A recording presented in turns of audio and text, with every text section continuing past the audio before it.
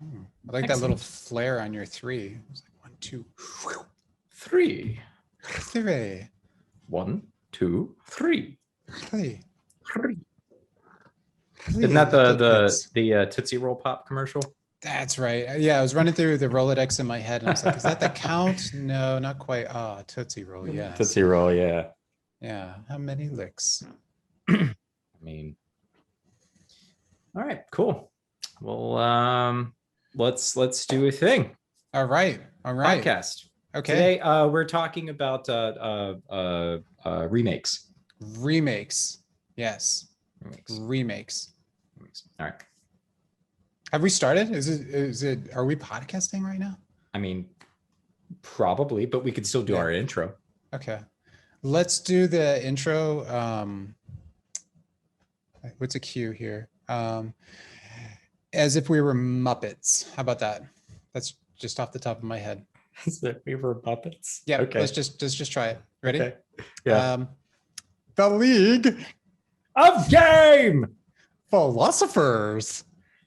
Unscripted, unedited video game podcast for you to enjoy. Yeah.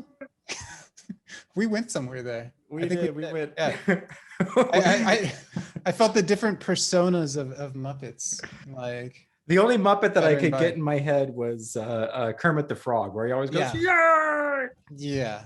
I'm wearing green, so there you go. Oh yeah. Nice. Yeah. All right, now we're podcasting. You're podcasting. CAD posting. Yeah, and the topic remakes. Yeah, remakes. Yeah. I have a lot to say about remakes. We'll dive into that in a second. What have you been playing these last couple weeks? Yeah, so we got a bit to catch up on. There's a handful of different things. The two big ones that are probably on my plate, thinking off the top of my head. Yeah, what have I been playing? Yeah. Are Guilty Gear Strive. So I hit the ground running with that one. We were both playing that quite a bit on the first few days. And I haven't been going back and like really grinding it and like hitting that ranked mode and stuff. But what I have been doing is just sticking with one character, Ramlethal. And whenever I see Yanko on, I just hit him up for a couple of sets. And we usually, play till like, I don't know, 10-ish matches or something like that. And I've been having a ball with that. He's just been sticking with Axel, and we've been just grinding that little matchup. And it's just a nice little pocket of fighting game goodness just to jump into. Nice. And the more I play it, the more I really, really enjoy that game. I think right now, I don't know what's going on. Like I kind of expected to maybe go a little nutty with the game and like super dive into it. But I think some part of me also knew that if I did that, I would get burnt out kind of quick. Yeah. And I'd lose my steam for it. So instead, I'm just taking it easy and just playing a little bit more, messing around a little bit more, but not taking my usual approach of looking up all of the tech and all of the combos and staying on the cutting edge of, Twitter videos coming out and always applying these new setups. I'm actually letting myself off the hook of being very competitive with the game. Nice.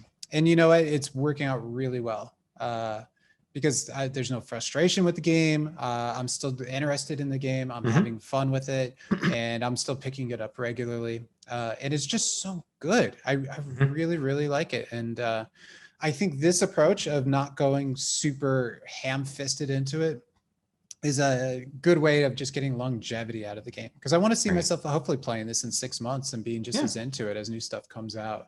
So yeah, that's been the big one, playing a bit of that.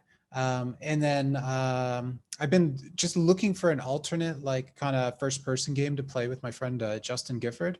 Because we play Apex quite a bit, but we're trying to find something to chill and play with as well, when we aren't feeling super sweaty and we don't want to be competitive. So we started like experimenting with some survival games. And we stumbled across this game called Rust. Yeah. And Rust at a glance looks like a kind of janky, has that very, this is a computer game first person look, kind of like a PlayerUnknown's Battlegrounds, that very PC look. It looks like that. And you just wake up on you're naked on a desert island. You wake up on the beach, you have a rock and a torch, and you just start banging some trees and get some wood, and you slowly start, you know, doing the normal survival thing. But the entire time, your mic, you know, can communicate with other people in the game. Okay. And the difference is that it's a PvP game, and everybody is trying to just survive. And when you die, you lose whatever's on your body, and then you respawn with nothing. So it's really normal to have some psychopath naked with a rock chasing you on the beach, just trying to bludgeon your head in. So you quickly try to build your own little hut so you can hide your stuff.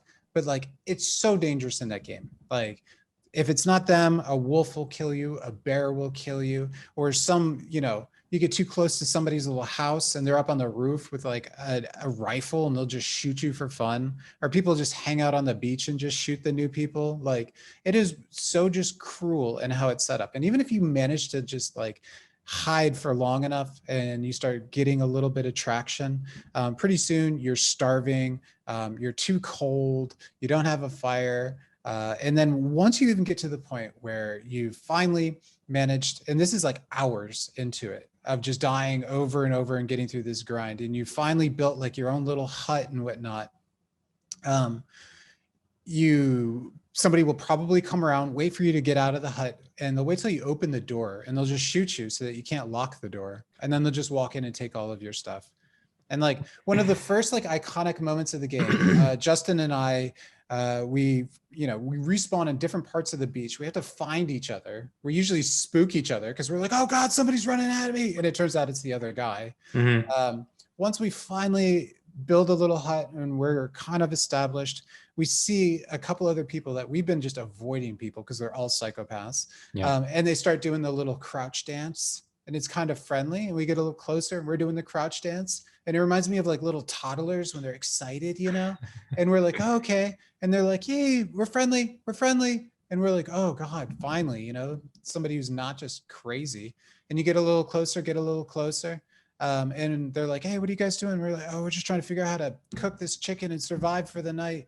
And they're like, oh, okay. And then they pull out a bow and arrow and just shoot you and take your stuff. And then they just laugh. And you're like, oh my God. And the more you play this game, the more it turns you into this really paranoid psychopath, where pretty soon anybody who comes near, you just kill on sight, even if they are trying to be friendly, because you end up with these like 12-year-olds that seem like these sweet kids that are like, hey guy, I'm just trying to figure things out. And then they'll backstab you. They'll take your shit and call you a noob. And you're like, oh my God, why am I playing this game? But it's so fascinating because it is like this strange simulator. It reminds me of a bunch of like little hungry fish trying to survive around like a coral reef, and they're all biting each other and they're trying to make their own little home amongst the reef. And there's something fascinating about simulating all of that and seeing what comes about. But when you stress people out and you're constantly putting them on the verge of dying, and you allow them to talk with each other, and you do give a sliver of an option of diplomacy, it opens up this human element of backstabbery, and it creates some of the most genuine, awful, cruel experiences I've ever experienced in a game.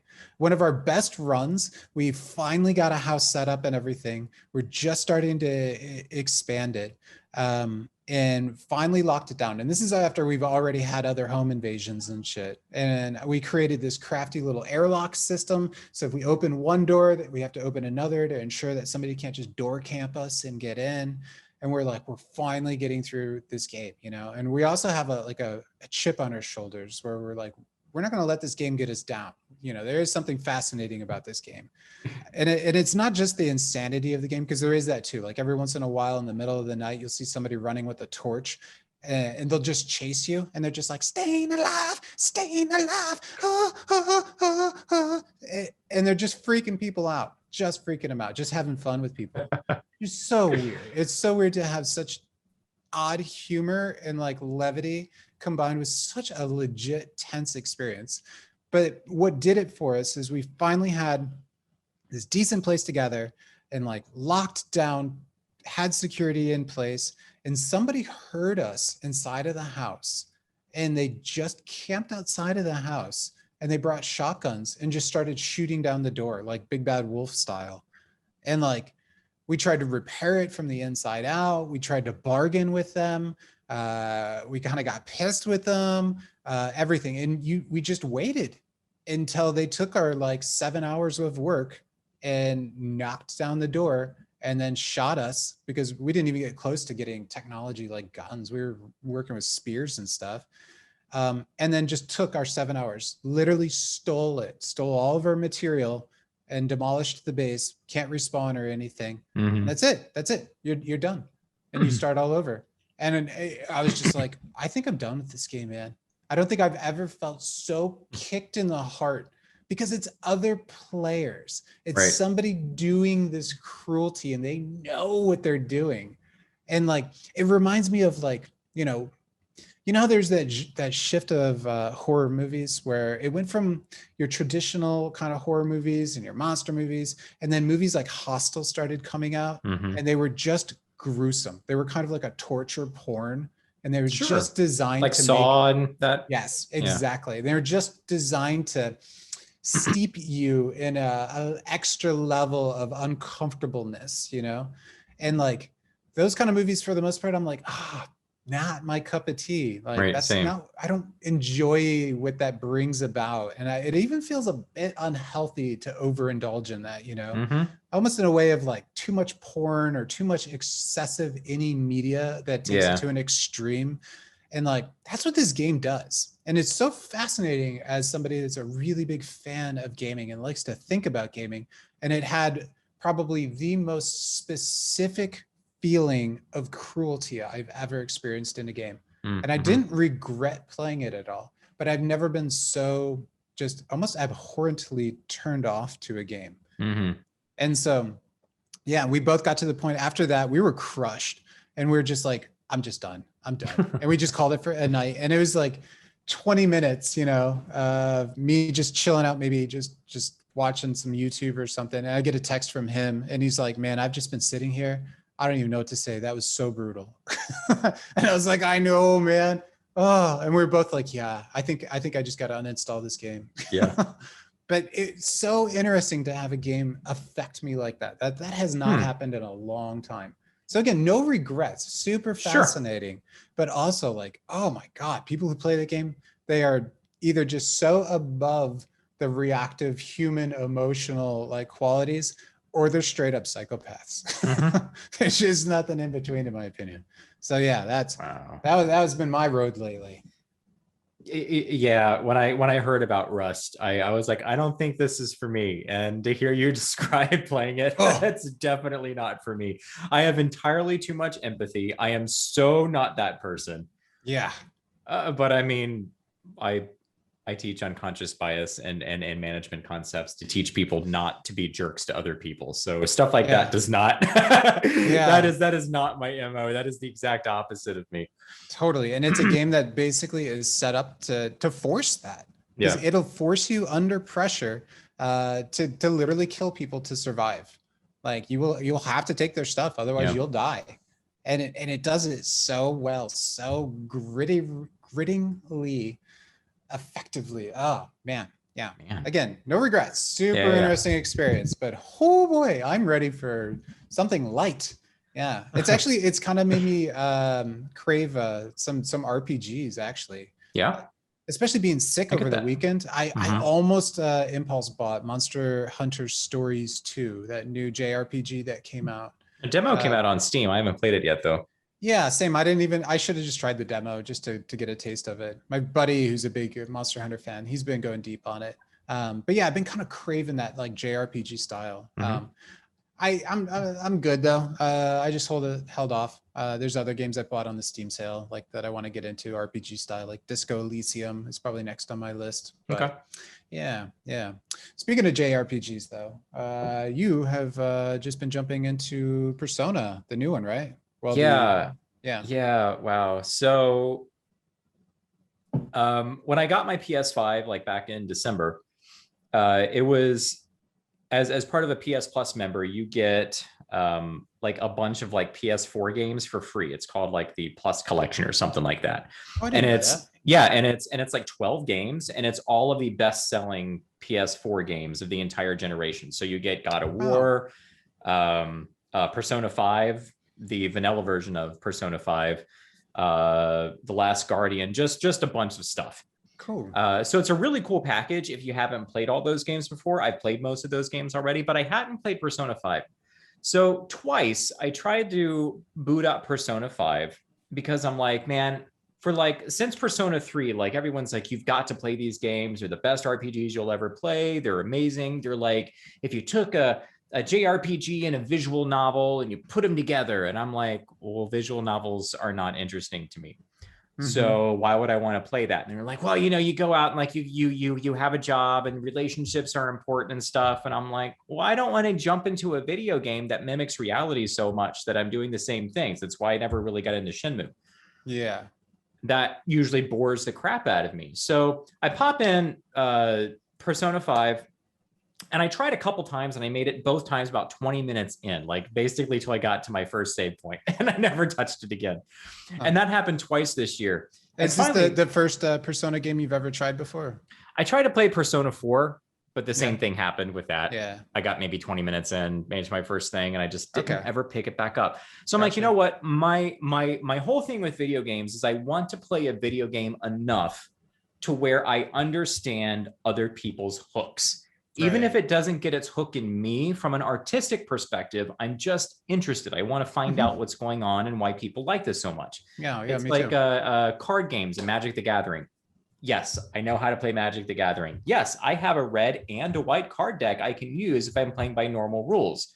Does that mean that I like deck building and card games? No, I just learned how to play it because my partner does, and I wanted to see, am I going to like this? Why do millions of people play this game? Yeah. What does it feel like to play the game? How does it play out? Yeah. And so I get it. It's still not for me, but I get it. So I'm like, you know what? GameStop is running this Uber sale. I'm going to just run out and grab Persona 5 Royal, which is the re-release of Persona 5 that came out last year. Because I'm like, you know, if I'm going to play Persona 5, if I'm really going to dive in, I want to play this. Because after seeing a couple reviews, everyone's like, forget vanilla Persona 5 exists, play Royal. Yeah. And even people that had already put over 100, 200, 300 hours into Persona 5, they're like, Royal is worth it. It is such a different game. There's so much they changed. See, I just thought it was just an extra chapter at the end and an extra character or something. That's pretty cool. They added in like multiple new storyline elements throughout the entire game, which means all that new voice acting for Japanese and American voice acting. They changed the way some of the battle system things work. They changed the layouts of some of the palaces or dungeons. There's this part where you drive around in this car in this place called Mementos that they made better in Royal, because it was kind of like the remember that gummy ship in Kingdom Hearts that was really obnoxious. Right, I do. Not the same concept, but kind of that kind of thing. So they're like, oh, well, we could have done better here. So they did. Basically, they took Persona 5 and they perfected it. I'm really impressed. But anyway, so I go out, I buy it on Friday. All right, I bought it on Thursday. Didn't get to play it till Friday. This is 2 days ago. Okay. And I started playing about 2 o'clock in the afternoon, and it is now about 3 o'clock in the afternoon on Sunday, and I have put 20 hours into this game. Woo. Okay, nice. I can't stop playing it. I can't stop thinking about it. I am obsessing over it. I love that feeling. I'm completely enamored. I have not been enamored with a video game in this way since I was surprised as fuck with The Witcher 3. Yeah. And I just like dove into that, and it overtook my life for like 6 months. And I put 250 some odd hours into that game. Yeah. Wow. Which doesn't happen with me. I don't play video games feverishly or, like that. Right. That's just not my thing. Like I'll beat the game or whatever sometimes, or I'll play enough to again get it, but I don't usually stick with a game like that and get that enamored. And man, the more I play this game, the cooler it gets. So some of the things I've already told you about, like how the relationships that you build over the course of the game play into the actual gameplay. It's not like Final Fantasy where the story is completely separate from what happens in the battles. It's 100% integrated. There's no part of that game that doesn't have something to do with the overall gameplay. It is the most pure video game I think I've played in recent memory. because every single aspect of it, from the story to the battle mechanics, everything you do has a stat, has a consequence, has something to do. And so like there's a manga version of the story for most Persona games, as well as an anime accompaniment. I want nothing to do with that, because the magic that I'm finding with Persona as a video game player and as a video game historian is that I've never played a game like this where every single aspect of the game is literally interactive. Yeah, I love it. I love the more gamey a game is, the more I probably would get into it. Yeah, and you're spending so much time in investing in these characters, but the killer thing is that the characters are interesting as fuck. The storylines are interesting. The game deals with a lot of a subject matter that I'm not used to seeing in a video game, much like The Witcher 3. Like the very first big boss, I'm not really spoiling anything here, but the very first big boss like deals with child abuse and sexual harassment and sexual abuse. And you're just like, the fuck? Yeah, awesome. Rather brave of a game to even try to touch that, you know? Right. And it's but you're constantly asking yourself like all these moral choices, because the characters are asking themselves these moral choices about the consequences of what they're doing. Yeah.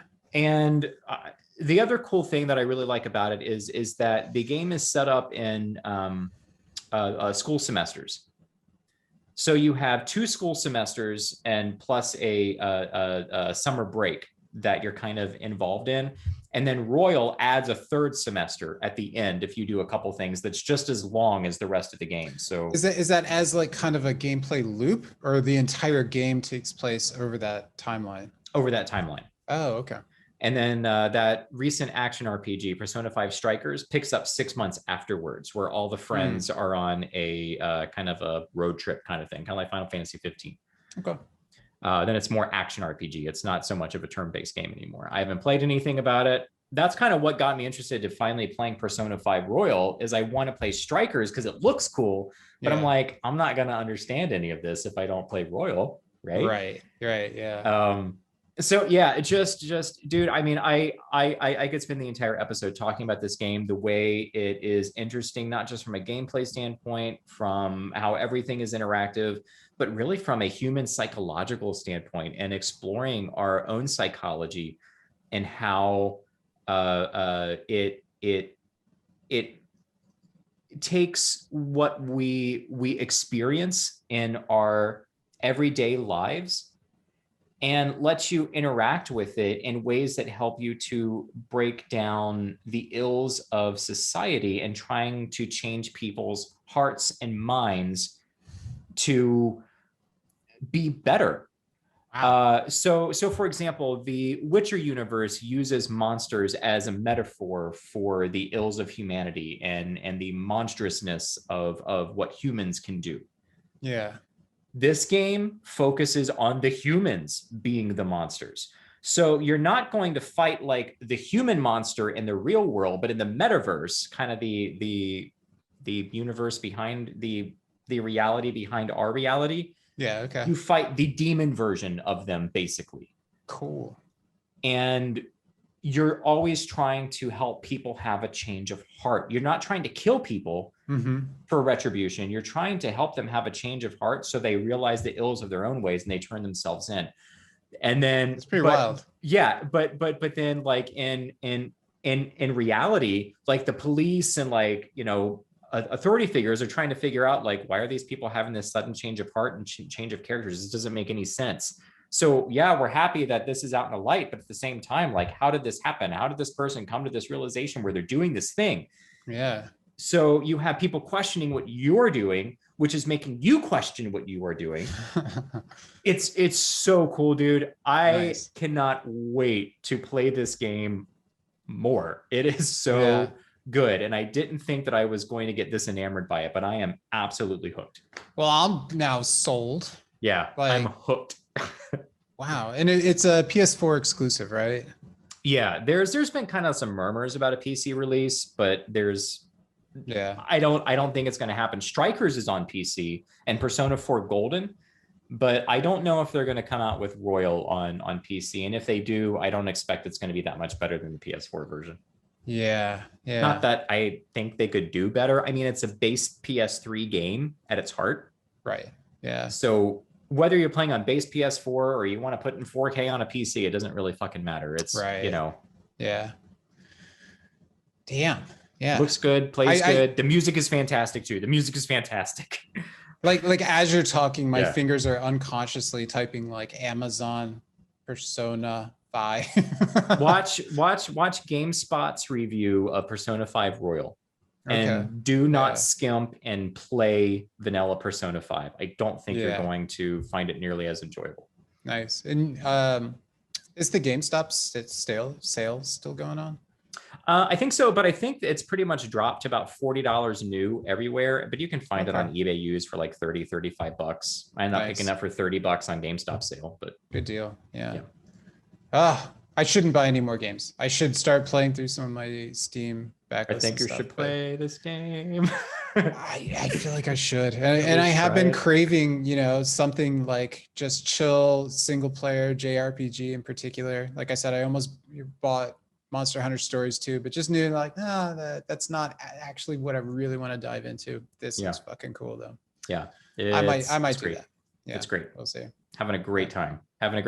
Just watching the opening intro and just letting that ride, getting you all jazzed. It is the best anime I have ever played. That's a good way of putting it. Yeah.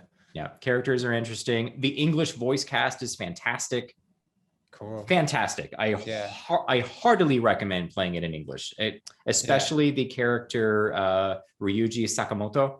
He's your best friend in the game. Cool. One of the coolest, like a best friend kind of characters in a video game ever. And that English voice actor rises above the script. Yeah, that's rarely something that's ever said, especially in video games. Yeah. Like it's usually that, you know, well, no comment on the voice acting is usually a good thing, because usually the voice acting is like, it's so lame, just change it, blah, blah, blah. But yeah, if it's actually good and notable, that really stands out. Mm-hmm. Yeah. So I could gush about that again for an entire episode. My partner is sick of me talking about it, just because I've been gushing about it for 3 days. maybe I'll impulse buy it here, and we could just do a podcast on it or something like that. Yeah, sounds good. Because we've already spent almost a half an hour not talking about remakes. Speaking of remakes, yeah. So remake versus remaster, like Persona 4 Golden, that would be more of a remaster, right? Where they just kind of HD graphics, but they don't do much with the gameplay. Actually, I don't know what they did with Persona 4, but no, even Persona 5 Royal, I wouldn't consider those remasters. There's not a whole lot different, like graphically or anything. So there was Persona 3 FES, I think, Persona 4 Golden, and then Persona 5 Royal. And all of those are like, if you had, you know how The Witcher 3 had those big chunky DLCs? Yeah. That's like if you took those, threw it in, and it was a game of the year version. But then the devs were like, well, you know what? That's not enough. We have an opportunity to fix all the things that we didn't like about the base game too. So we're going to do that. Right. So it's more than a remaster almost. It's like a reimagining of the entire game. Yeah, I was going to say, what do we call those? Because everybody, like the remaster where they just update the resolution at the bare minimum, you know, and maybe add a couple little flares or something. Also common to introduce DLC that was around at the time. And then you have the remake where it's rebuilt from the ground up. And then, somewhere in between, you have these like ultimate versions or even a reimagining, depending on how far out the game goes. Like, it was like the Mass Effect Legendary Edition that just came out. I just came off of putting 70 hours, playing through Mass Effect 2 and 3 again. Completely and completing that trilogy again and loving it. But that is a remaster. There's nothing new. It looks a little bit better. That's it. I mean, they did retool some of the gameplay in Mass Effect 1 to make it more palatable. I still didn't like it. But at the end of the day, it is a remaster. It is not a remake at all. Yeah. Now, on the side of remake, I think probably one of the most notable recent ones that came out that was very much a remake was probably Final Fantasy VII. Is it? Like, there might be something brand new that just came out too. So think about, no, just from a Final Fantasy VII, because I was thinking about that over the last couple of weeks when we were, kind of scheming some of these ideas.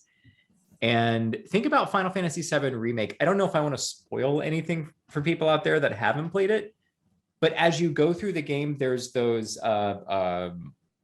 warlock-looking spirit things that fly around and pester you. Yeah. And when you finally figure out what those are, God, you didn't beat the game yet, Chris. I didn't. I got all the way out to like launching the big final act when you're heading to like the Shinra headquarters or whatever, and everybody's gearing up and stuff. And then I just I fell right off. I'm not going to ruin the ending for you then. That's fair, because I do want to finish it. And I think I have it in me to sit down and you just throw it in easy mode and finish it. I know. Yeah. Your cred as a gamer is not going to go down. Yeah. Especially because the last few bosses are dumb. Like no Right. matter how much you grind, they're pretty dumb anyway. So Yeah. I wouldn't feel bad about that. And to my knowledge, I don't think they ever even patched out some of the like ridiculous difficulty spikes, like the infamous dogs that you run into. No, they didn't. And like, if they're not going to patch out some of those giant road bumps, like I'm not going to be too worried about taking it seriously as a challenge. Like if it's not even balanced, Right. So yeah, they didn't even do that in a grade. Yeah, I think I probably have maybe 5 hours left. So yeah, maybe I'll just treat that as like my chill out evening, almost a movie to watch. I'll just put it in easy mode and just walk through it basically. Just buy Persona instead and play that later. It's a much more fulfilling experience. Yeah, trust me. Yeah. Well, okay. Hey, how about this? I order Persona, and then the day or two it takes to get here, I'll finish Final Fantasy VII Remake, and then we can talk briefly about whatever these warlocks are or whatever. Okay. What was your overall point though? Was it more that it's like a reimagining because they took the story in different directions or something? So it definitely is a remake, but it does something you'll find out more at the end of the game, but it does something different with the story that immediately makes you view the game not as a remake. As more of a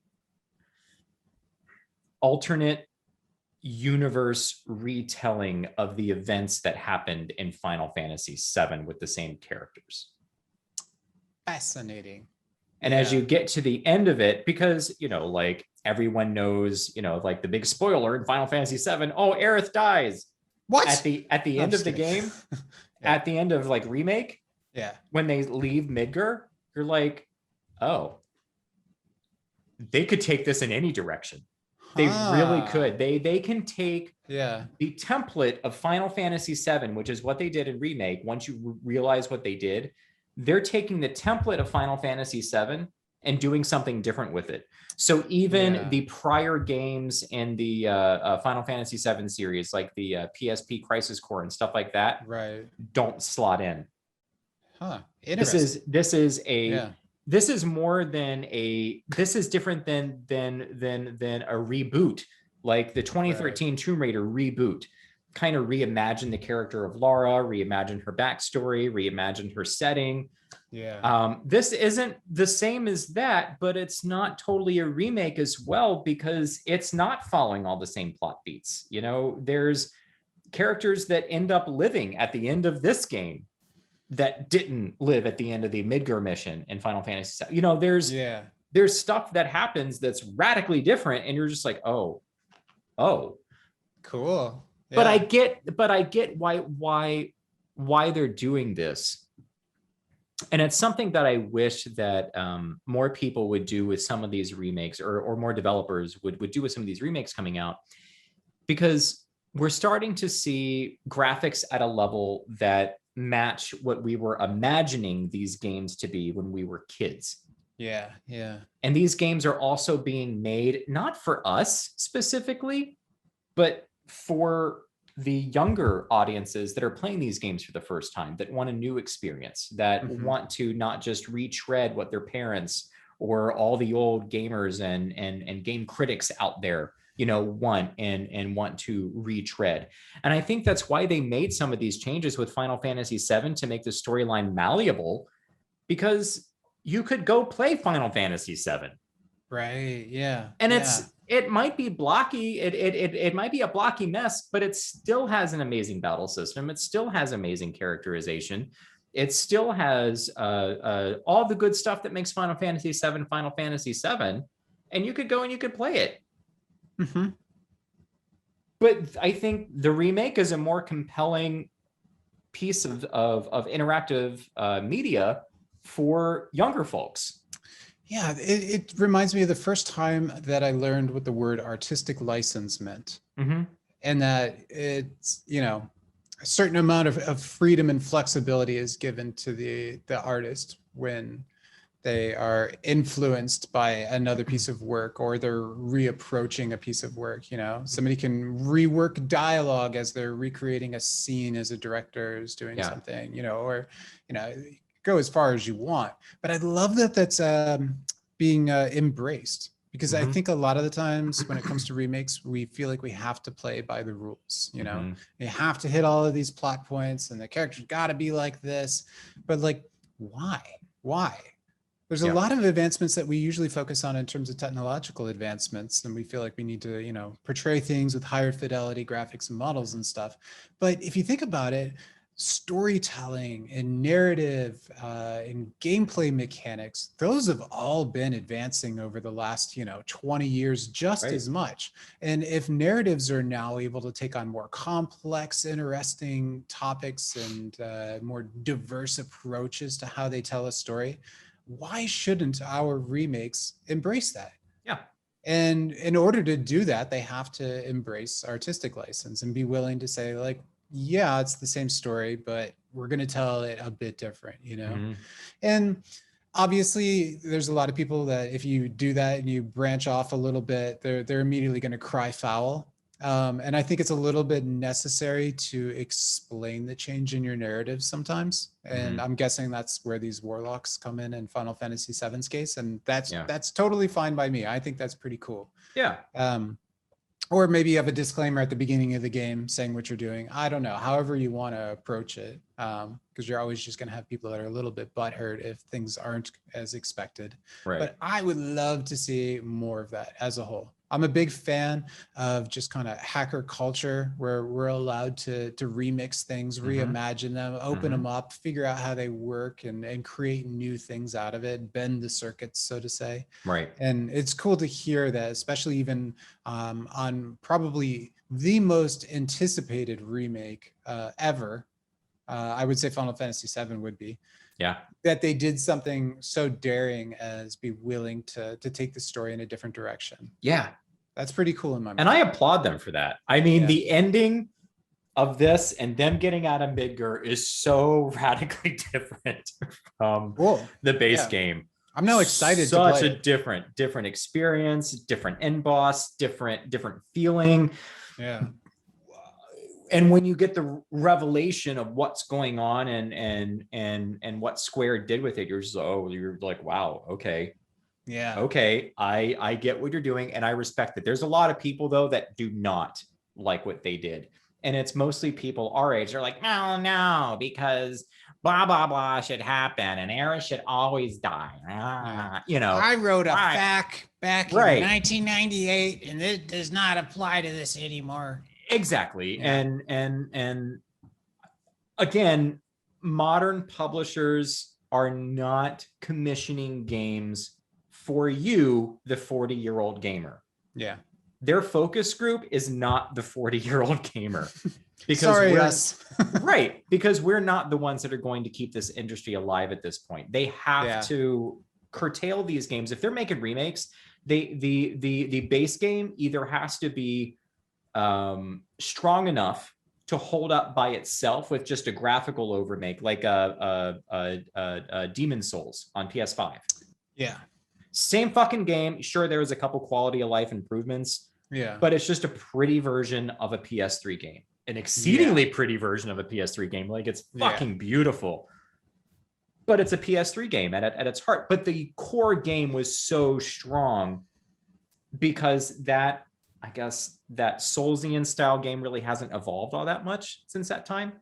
So it's easy to just give it a completely new graphical sheen, give it to a new generation of players, you know, God, 15, 17 years later, be like, here's a new thing to play. And it's brand new for them because they don't have a PS3. They never played the original, you know, but it holds up. Right. And I think, you know, that's probably one of the most common approaches to like a remake that we see. And that can be really far reaching too. I think probably one of the longest like reach back into classic gaming, bring it back recently, at least that comes to mind off the top of my head, was the DuckTales HD kind of remake thing that they did. You know, if I remember right, that game was almost one-to-one the same game. There might have been a couple of quality of life kind of things and little tweaks, but I actually beat that last year. Oh, did you? The first time, yeah. Nice. I didn't actually play it. I watched some YouTube videos on it just out of curiosity. I remember, and that's probably a good example of the game where the core mechanics were just so nice, simple, and solid that it was probably a bit of a joy just to revisit with a fresh coat of paint. Yeah, with a fresh coat of paint, a great soundtrack. You know, all the original voice actors coming back to reprise their roles from the 80s cartoons. It was cool. Yeah. I really enjoyed it once I finally sat down with it. But I would even consider that a remaster, not a remake.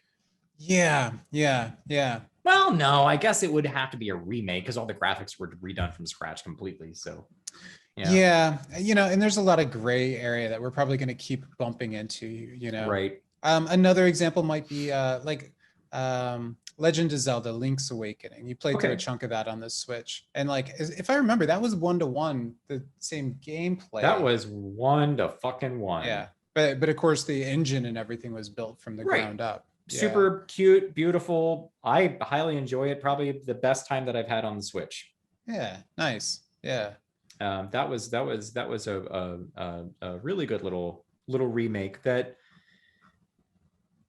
I mean, I have a lot of nostalgia with the original Link's Awakening. I mean, I probably beat it 6 times when I was a kid on the Game Boy. Like, it, you know, I always played it. It was something that I always went back to. So I have a lot of nostalgia with that game. So for me, the original game, still holds up graphically and playability.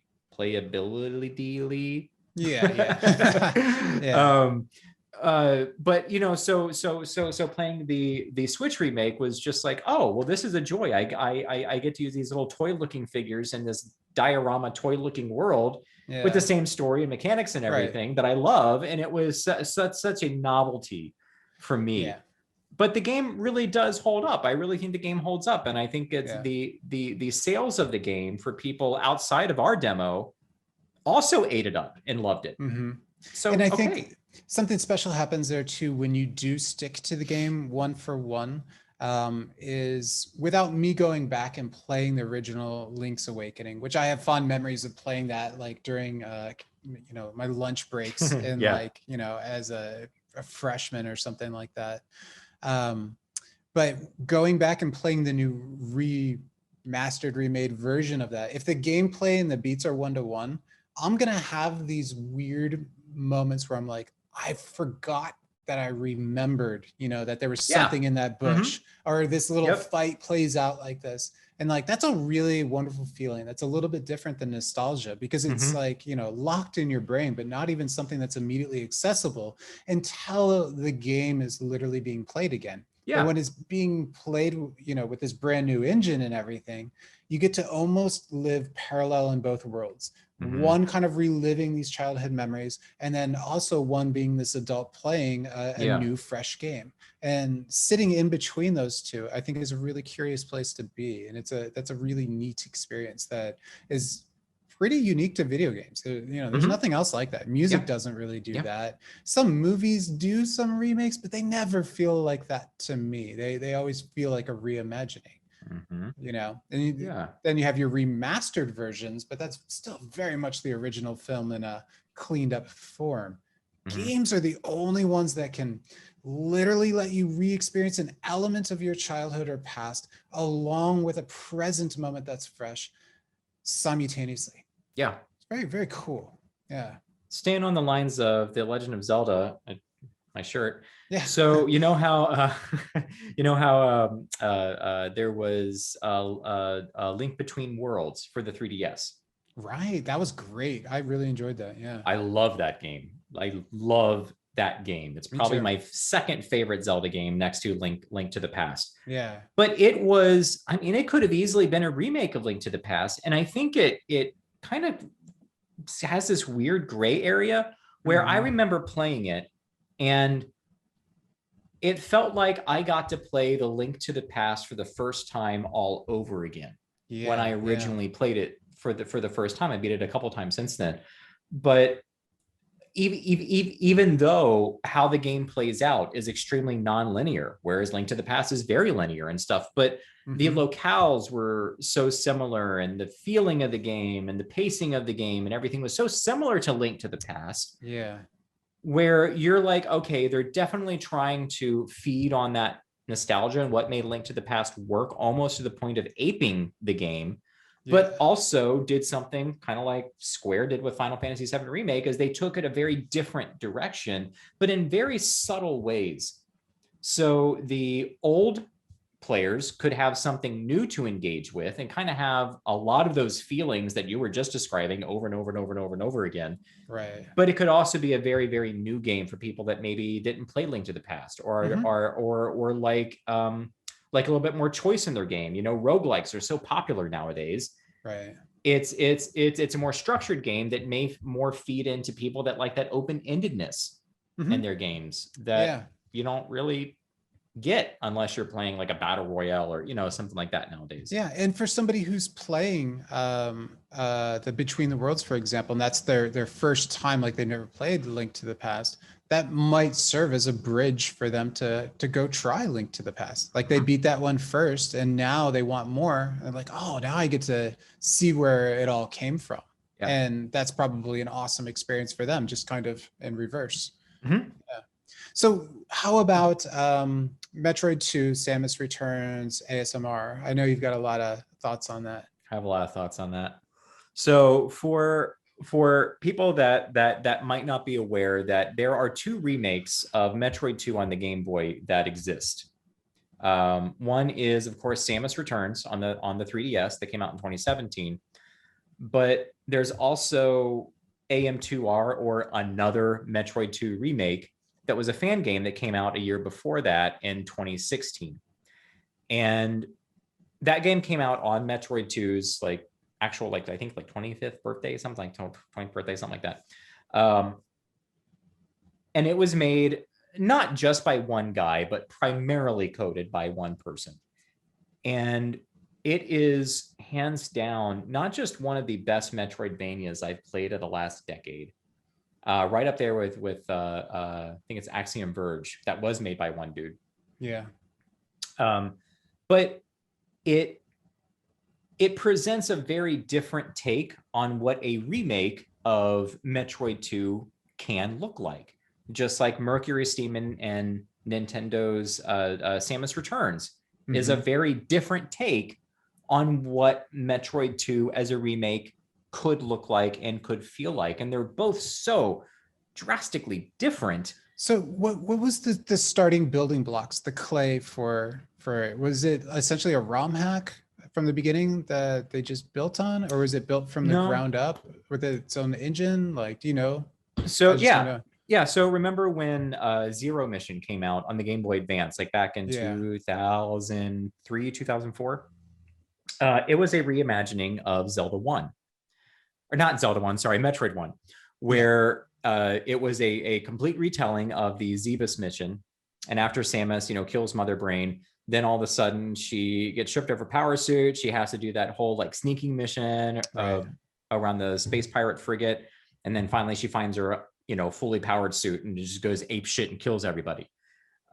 Which I thought was cool. A lot of people didn't like that. I really did like that section because it was stealth done right in Metroid. I'll get to that in a little bit. But what the developers of AM2R wanted to do was they wanted to make Metroid 2, but give it the Metroid Zero Mission treatment.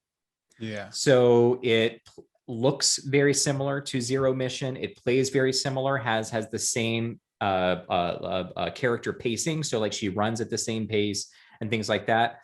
And they took a more literal approach to doing a remake. So a lot of the caverns and things like that were in the original Game Boy Metroid 2, they have recreated here, but then they've added different environmental things to make each section feel unique. So rather than just a bunch of caverns you're running through, you know, there was one part in the Game Boy Metroid 2 where it looked like there were these big tubes kind of running down through the level. So they turned that section of the game into a water processing plant. And so they added all these extra puzzles and things like that have to do with dropping you down those tubes and finding ways to reflow the water and doing all of this stuff and adding all these really neat environmental puzzles that weren't in the original game, but it took the spacing of the original game and did something really cool and unique with it that I don't felt sacrificed the tone of the original game. Whereas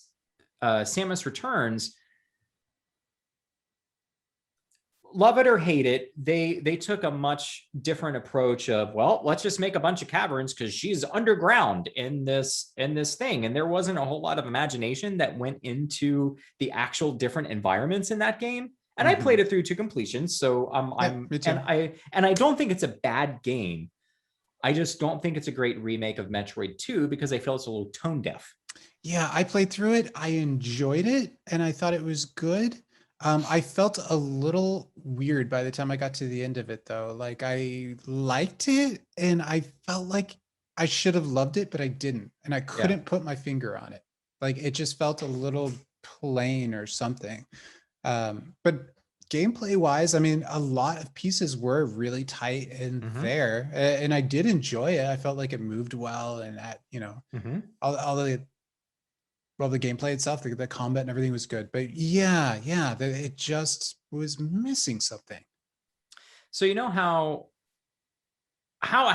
let me go back. How long has it been since you have played Game Boy Metroid 2? I played a little bit of it before Samus Returns. Okay. So it was probably when that game first came out. Yeah. Okay. So like 4 years ago. Yeah. So Metroid 2 is a claustrophobic game that has no map. It's pretty linear for a Metroid game. And for anybody who's never played it, picture a Game Boy screen, and they're literally working within these confines with pretty large sprites too. Yeah. And it just lends to that, you know, claustrophobic feel. So you can't see ahead of you, you can't see really far above you. It's just really this really claustrophobic game. And that was the dread, Metroid Dread. That was the dread that you kind of felt the whole time because there wasn't a lot of music. There's no one else for Samus to interact with. I mean, kind of as it should be in a Metroid game. I don't really want her to interact with a whole bunch of NPCs. Yeah. But there was this sense of claustrophobicness, but also this sense of dread. So say if there are multiple spaces in the original game where there's kind of these Metroid hives that you fall into, and there's like 5 Metroids that you have to kill, but you notice that the ground is covered in these like kind of plants that hurt you if you touch them. But the cool thing is that there's no enemies, because if you have the apex predator on that planet in these environments, there's probably not going to be a lot of other fauna around. That's a cool detail. I like that a lot. Really cool detail that makes sense in the game's universe.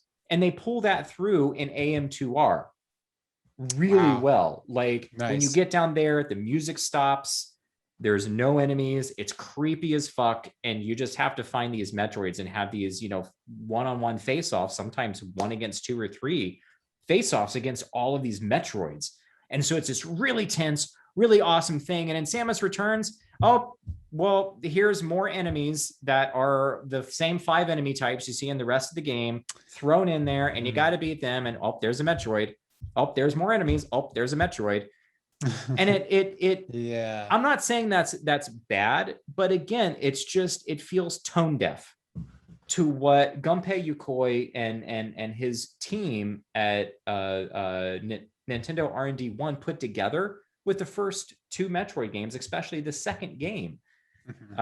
Just very tone deaf to that. And that's what I felt the entire way through Samus Returns. Now, I played AM2R before Samus Returns, so I was already a little tainted going in there. Yeah. But the entire time, I'm just like, I'm fighting with the game because I'm like, this is a remake, and I'm glad that they're revisiting Metroid after the debacle that was Other M.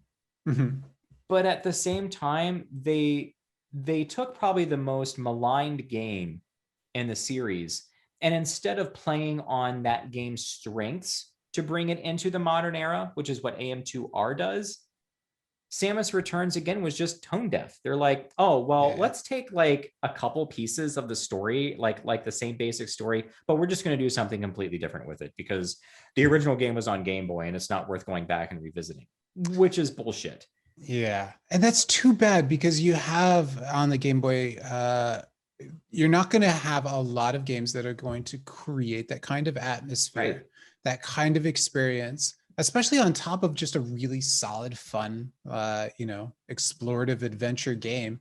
But to hit a tone like that, where you could really instill a moment of caution, where somebody knows something's up, the music drops out and you're almost feel a little chill to yourself as you're playing through it. For the Game Boy, for this little black and pea colored gizmo that you play in the back of the station wagon, that's remarkable. That is quite a trick, quite a feat to pull off. And to just ignore that and deliver something just kind of fancy action, more boom boom pow, tone deaf, like you said. That's really the word. Yeah, the end of the game really got me too. If you watch the YouTube channel Game Maker's Toolkit, he has a great 15-minute video on the differences between AM2R and Samus Returns, and he comes to a lot of the same conclusions that I had already come to before watching this video. So if someone like, oh, he watched the Game Maker's Toolkit video, nope, trust me, this was well before I watched his stuff. But his channel is fantastic, and I can vouch for him. I've been hearing this guy talk about Metroid for many years now. Yeah. So the other thing that immediately struck me was when I beat it, you beat the Queen Metroid, you get the baby, and all of a sudden in Samus Returns, you are thrust into a bunch of other caves with the same enemies that you fought throughout the entire thing. And then you got to fight Ridley at the end. Why? Yeah. I'm not saying the boss fight wasn't cool. The fight itself was cool. Yeah. But why is Ridley there? Right. Who the fuck knows? Ridley does not fit in this story. But they shoehorned him in there because Ridley. Yeah. And Nintendo approved it. So I can't blame Mercury Steam for any of this because Mercury Steam doesn't work in a vacuum, But AM2R, rather than doing that, they did the same thing that the Game Boy version did. The music is really serene. It's a really good remix of the original Game Boy tunes. Really serene music where you go through just a few caves because you have went through this claustrophobic, dread-inducing ordeal. You beat the queen of the Metroids, and then you find this like little egg, and you got this last Metroid, and it thinks it's your mom, and now the game's like, okay, you're good. You've overcome the hard part. You've done your thing. You are the savior of the universe. You saved a Metroid, so it was a complete genocide. And you get to complete the game. So the end of the game wasn't the normal escape before the time runs out thing that you would typically find in Metroid. It's the opposite of that. And it created a really cool feeling. Whereas in Samus Returns, just the same shit you've done the entire game up until the end. And you've got one last end boss that doesn't fit the tone of the game at all. Here you go, because Metroid. Yeah. Again, I'm not saying it's bad or it's wrong. It's just a different way that they did it. But at the same time, I'm like, Nintendo, y'all were tone deaf over here. The fans did it better this time. They really did. And so that's something interesting too for anybody who's hearing this and is like, I want to try that out. They can just download AM2R as of right now, right? Like it hasn't been shut down or anything, and it's free download. I think it's on its second day. it was taken down with one of those DMC down notices by Okay. Nintendo. You can still find it. It's out there. I'm not going to say how to find it, but Just it is look a out there. little, find it. Yeah. You will be able to find it. It's free. It's amazing. My only gripe with the game overall is that whereas the soundtrack in the Game Boy original was very Spartan and relied on what the Game Boy could do to produce ambient noises.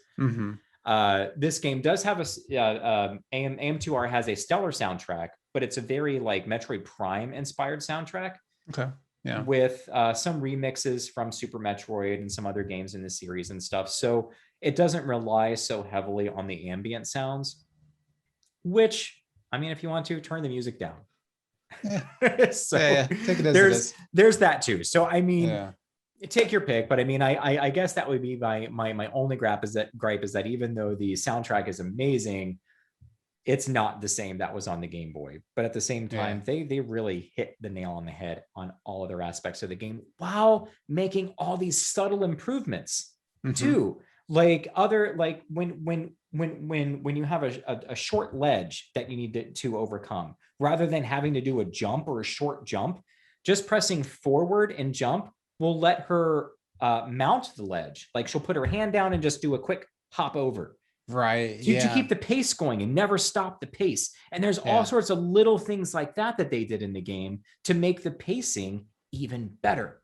Yeah, I remember you showing those to me one holiday when I was in town, and that just won me over. It sounds so inconsequential, but I am such a fan of little tweaks like that. Yeah. And it was just so smooth to see her just mantle right up and over the edge. And I was just like, yes, because the typical Metroid gameplay experience is, using these jumps and whatnot. Everybody who's played these games is used to that goofy little tiny jump you do just to get up and over a ledge. And this perfectly just smooths out that very normal common experience. Yeah, exactly. And of course, I mean, there was the and Samus Returns, there was the lock-on parry stuff that just kills the pacing. Yeah. The more I thought about that too, as I watched footage from Dread, the less enthusiastic I got. I didn't have much enthusiasm to begin with, but I was just like, I'd just rather play AM2R. there was a guy in the Neo forums, because I kind of pointed that out, that at its core, Metroid is a jump and shoot game. This guy's like, no, it's not. It's not a jump and shoot game. It's all about exploration, blah, blah, blah, blah, blah. It's like, you're not wrong, but what do you do the entire time you're exploring? You're jumping and shooting. You're jumping and shooting everywhere. The entire point of you going and finding new shit is finding new weapons. You're finding new weapons. You're finding new ways to destroy things. The weapons are there for a reason. It is a jump and shoot game at its very, very basic mechanic. And when you take jump and shoot away, it changes the pacing of the game. So while I don't think that parry mechanic is a bad mechanic, I don't think it's a good fit for what I expect and what a lot of people expect out of a Metroid experience. Because then all of a sudden, the beams and all the concussive weapons, why do you have them? Because you have to parry even the most low-level enemies because they're bullet sponges. So at that time, oh, great, I got the plasma cannon. What am I going to do with it? I don't know. I still got to parry to get them to open up. Yep. And it's so funny that one, I'm sure what they thought was a novel new mechanic, even though it does open up some new little things you can do, like parrying shots and maybe a couple new puzzle things you could do with it, it inadvertently took away this sense of satisfaction and power from all of the other weapons. And like, that's unfortunate. And that's just, it's not worth it, in my opinion. That's one of those things that probably should have been scrapped, like good idea, but we're going to do something else with it. Yeah. And I mean, I saw in the trailer for Dread that, she can now move and parry at the same time. Yeah. Great. Did you need to carry over that mechanic though? Right. And it doesn't solve the initial problem. And from the looks of it, from the footage I saw, the parry still is really strong. Like it would just instant one hit kill things. Right. Which is like back to the original problem. Yeah. And I have some other gripes of the game. Like I hate playing a 2D game with analog controls. Yeah. and not using a digital pad. I mean, yes, I know she has free form movement, but Right. is that needed? Not really, because your cannon really doesn't do anything. You got to pair everything first anyway, so you're already not having to manually aim. Right. It's So just now, there were, yeah. yeah, and it does. It just gets further and further from more of the iconic DNA of Metroid. When you Yeah. remove, you know, the 8-way kind of lineage that was in place, and you know, add this parry and whatnot. And that's a common thing, you know. A lot of these remakes, they just strive to do something different because they're afraid of being too the same. That they end up losing some of what made the game special and made them work. Yeah. Yeah. What made the original a classic? Yeah. And what I think is interesting is that even in the modern day that we're in, I don't hear a lot about Samus Returns from other folks. I hear more about the original Game Boy, Metroid 2, and AM2R in circles. I don't hear a lot of people talk about Samus Returns because again, it's not a bad game, but it's not a classic game either. Yeah. And I don't think it's going to be viewed in the future as the penultimate experience or way to play Metroid 2. Yeah, I highly doubt it. And I really hope that AM2R sticks around, that it becomes this legend of sorts, you know, because it's too bad that it got shut down and squelched more or less, which is Nintendo's approach to things, unfortunately. Right. But yeah, I really hope in another 10 years, you know, it's one of those games that it's just this secret cool treasure that's you know, traded around and gets due credit where credit is due. And I love that there is a game like that. And I love that a game that nobody thought would even be remade, that people just sees as the black sheep of a very prominent video game series, got two very different remakes. And you don't get that in the video game industry to the level of quality that you get from both. And one is a fan game, which could have easily been a Nintendo published game. Yeah. And the other one is an official release. You know, sometimes you'll see remakes or, you know, whatever that fans make, but you're like, this is a bunch of jank shit. Not this game. And that's the killer thing. And so you have a awesome classic game that got two very different remakes. And so you have two very different philosophies going into that. And so as a person that loves the art of games, I think Metroid 2 and its two remakes are one of the coolest case studies on what happens when the license holder or the original publisher developer takes a hold of something and tries to modernize it.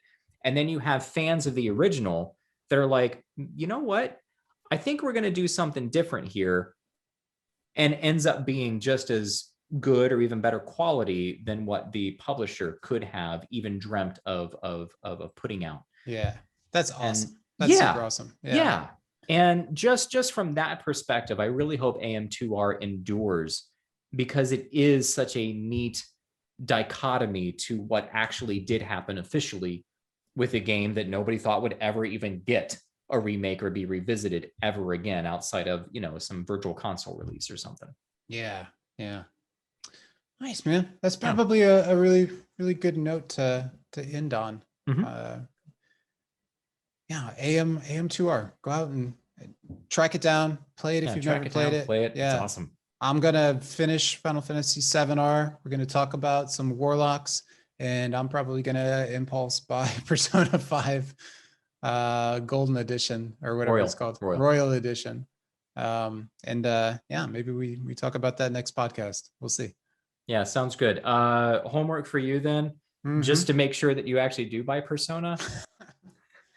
Yeah. Just on YouTube, just listen to the title track from the opening and animation. Don't watch it, but it's called just type in Persona 5 Royal, Let Your Colors Fly. Just listen to it. Don't watch the animation, wait for the game, but at least listen to that track. Is going to get you absolutely jazzed. Okay. I opened it up in a tab. I will do so, and we will go from there. All right. Sounds good. All right. Good times. Good podcast. Yeah. See you everyone. Next time. Until next time. Bye.